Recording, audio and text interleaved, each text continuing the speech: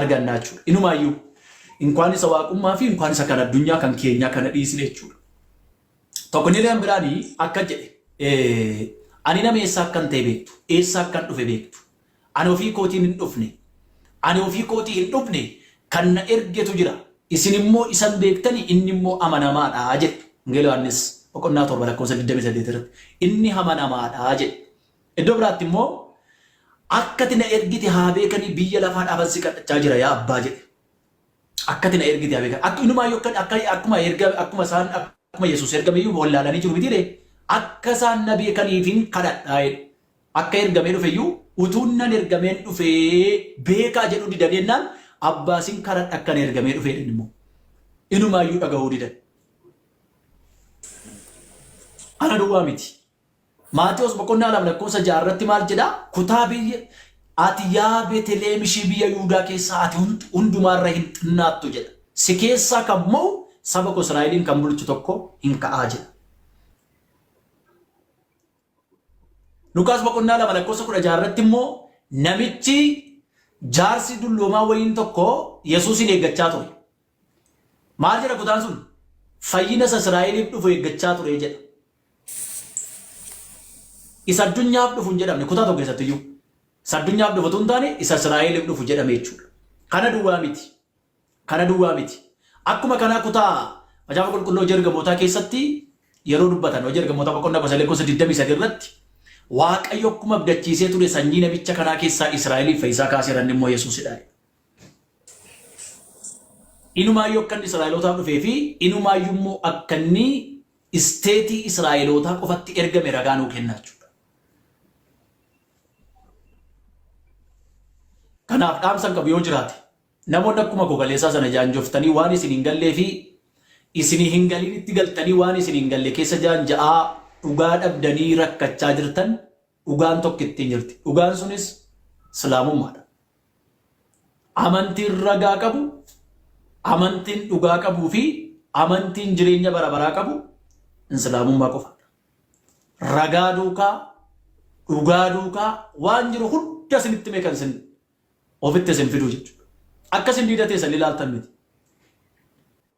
Beektu dur nama kan akkas godhatee deemu, nama kan akkas godhatee deemu hin jibbina nan jibbaa. Kana keessa garuu homtuu hin jiru. Wonder. Yaa waan tokko hin jiru. Kana duwwaa miti. Waan ta'e nan qaban ture yoo na jalaa baddee jiraatte malee. Yeroo biraan ishee baasa. Ishee fa nama lakkaa'aa deemu dur Allahu akbar alhamdulillahi. Tasbih. Yaa akkas. Iseefa amma iseefa yeroo hiika seen bennetti akka waan achirra abalkoo calleesitti lakkaa'aa jiraamen afuura callee jennee fannoo dhagees.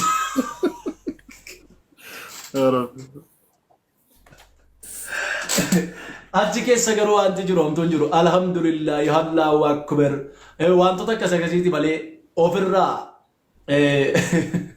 Eshi amantii waan biraa Islaamummaa keessa erga dhuftee qaba shahaadaa erga qabattee arkaa jirta alhamdulillahi rabbil alamin wanni itti nama gowwoomsan wanni itti nama sosoban yeroo hedduu yoo shamarran taate dhiira barbaacha deemtee jaan yoo waan garagaraa dhiiraanis akkasuma maqaa garagaraa moggaafamaaf wanti ati haqiiqa dhugaa jirtu jechuun wanni ati itti gowwoomfamte itti sossobamte ni jirti. Otoo fakkeenyaaf namni na caalaa dhugaa kiristaanummaa keessatti islaamummaan jedhas islaamummaan sobadha jedhee falmaa ture natu jira. Otoo birrii kaffalanii nama waamu ta'e sila naa waamu ture jalqaba. Otoo immoo birrii kaffalanii immoo na waamanii jiraatan amantichi amantii duuniyaati malee amantii akiiraa miti waan ta'eef ani gara amantii kanaa hin dhufu. Amoo faayidaaf deemte bu'aatachi jira kanaaf deemte waggaa sannaan jedhan immoo eeyyee islaamummaan bu'aa qabdi. Faayidaa guddaa qabdi. Garuu faayidaan ishee duuniyaa miti. Sila sikkoo bar waan rikashatti namni na deemu waan gatii hin qabnetti na deemu namni waan faayidaa hin qabnetti maal gochiin galaan. Amantiin faayidaa hin qabne jira taanaananii amantii faayidaa hin qabne keessa man jira. Isa faayidaa qabu isan bira jiru kanatti kottaa yoo amantiin isin bira jirtan faayidaa hin qabu taanaan. Faayidaan sun ishee har'aa kana uffattee darbitu miti. Maraatuun iyyuu qullaana deemtu, maraatuun iyyuu uffata uffatti, maraatuun iyyuu waan ofirra buufattee raftu qabdi. Isa boori duunyaatu hin taane isa kana kiiraa jechuudha. Isa tochi jira namoonni baay'een faayidaa abdeemtee, bu'aa abdeemtee, faayidaa barbaaddaa, bu'aa barbaaddaa warra naan jedhaniif eeyyee faayidaa fan deeme. Faayidaan argadhe immoo jireenya bara baraati. Jannatadha. Allahu akbar. Hayyee. An akka kiyyatti utuu naa danda'ame amantiin islaamaa kana utuu birrii kaffalanii amantii kana fudhatan natti tola ergan amantii kana argadhe. Inkaan amantii kana birriidhaan dhufanii keessa seenuu miti bitamuu miti amantii kanatti utuu bitatanii danda'amee jennaan garuu bitamuu hin danda'u. Kanuma. Maashaallah. Allahu akbar.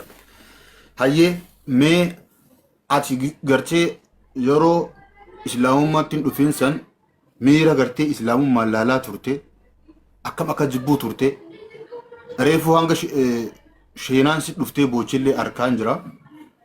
Niimaa islaamummaa tana eega shahaadaa qabattee immoo gammachuun simannaan obboleeyyan islaamaa yoo maal fakkaataa ijoollee islaamummaa irratti dhalatan warra rabbiin islaamummaa irratti namni hundinuu islaamummaa irratti dhalata haa ta'u warra islaamummaa irratti guddatan kana warra if dagate warra gartee jireenyi يعني نسبيان تنقرتي إسان دايدي خناف مال أمتف إرجع مالك أبدف نعمة إسلام ما إسان فرد دقدنتن مال رايد تشيف مال أمتف قالتهما يا دبر يدادا أنا وانت يا رجس يجراتي رقمت واقعيون تكوكوفا رقمت واقعيون قام صديق بانجرينا وانت قام مساير روتيتو قام دبلتا برباد قام صديق dabalataa kan barbaadu fakkeenyaaf ani miilli ko tokko yoo hir'uu ta'e kiraanchiin na barbaachisa wiilcheriin na barbaachisa qaama koo hir'uudha waan ta'eef waaqayyo tokko garuu qaama sadii qabaa warrittan yesuus waaqa furri qulqulluu waaqa waaqayyoon yesuus hin erge waaqa jettu taanaan isin baay'ee dogoggortan sababiin isaayyuu qaama sadii qaba taanaan inni qaama sadii qabu sun hir'uudha qaama isaatu hir'uudha isa qaama hir'uutti hin amanina rabbiin tokkicha isa ta'e kaleessa dogoggorsiifatanii akkuma kiyyaa baay'een keessan anatu isin dogoggorsaa ture barsiisa dogoggoraadha barumsa dogoggoraa isinii kenne dhugaa kana isin jalaa dhoksaa ture ana baay'een keessan har'allee kan jaanjaa jirtan ati dhugaa kana dhugaa nutti maa turte argamuu deebitee dhugaa miti isa kanatu dhugaadhaan hojjechaa jirtanii haga har'aatti deessitti dhuftanii kan nagaafachaa jirtan dhugumatti dhugaan argadhe kana hargadha utuu guyyaan har'a jirra malee boor iddoo jirru hin beeknu yaa obboleeyyan tiyya biyya lafaa kanarra haga jiraan hin beeknu guyyaa dabarru hin beeknu haga jiraan nutti garuu utuu dhugaa qabannee duune utuu dhugaa qabannee dhugaattamannee amantii dhugaa kana fudhannee utuu duune akka kiyyatti dhaamsa kiyya kanaaf yaa obboleeyyan ko dhuguman isinitti himaa furtuun balballi tokko furtuu mataa isaa danda'e qaba akkasuma akkuma kanaa jannata argachuudhaaf laa ilaaha illallah amma jannatti jannatan argan amma dhugaa kana hin himnetti amma dhugaa kanaa dhufneetti namannetti haga amantii islaamaa qabannee musliima hin taanetti jannata argachuu hin dandeenye. Kanaaf dhaamsi koo isa kanadha. Warra islaamaatii fi obboleeyyan keessa islaamaa maal dhaamtaa fi?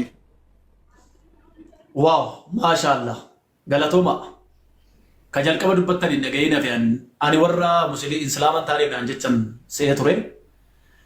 كمسلمة تاني جراني في جاكم بيكم اسم كينيا كمان أدنى سيباسا ورا إسلام تاني درجين شمرن كين قرتي شو دماجرن ميا منتي خنا ورن أرجين يسوون دفتين كنا أم أركاجر تنكنا إنسان كنا مال لام تافد أوكي قال توما أسيت والله ما دبتشو بربادا توكو namooti carraa rabbiin carraa kana ganamummaan isinii kennee haadhaaf abbaa keessan duukaa amantii kana irratti dhalattanii guddattan isin baga gammaddan sababiin isaayyuu isin arra aliifarraa kaaftanii waan hundumaa dubbistanii beekuu dandeessan qara'uu dandeessan barsiisuu dandeessan gatii diinii kanaaf jecha rasuulli rabbii sallallahu alaihi wasallam baasan illee hundi keessaniyyuu ni beektu ani isin gorsuu hin danda'u garuu dhaamsan isinii dhaamu yoo jiraate carraa qabdan kanatti fayyadamaati aniyyuu ni kaleessa dhufe hamma dhugaan kun xiqqoo silaa ibsetti onneen koo yeroo hundumaa na dhaattoton dhugaa kana dubbadhe utuu naa danda'amee quraanni kun sammuu keessa jiraatee tun of keessa qareen afaan arabiffaaf oromiffaaf ingiliffaan utuun diiguu danda'ate natti tola ture. Garuu inshallah yoo rabbiin na gargaare isa kanas nan ta'a nan gaas dhugaa dubbachuudhaaf. Kanaaf wanta isin dhaamu yoo jiraate wanta isin itti dubbadhu yoo jiraate carraa argattan kanatti fayyadamaati dhugaa kanaaf dubbachuu hin sodaatina.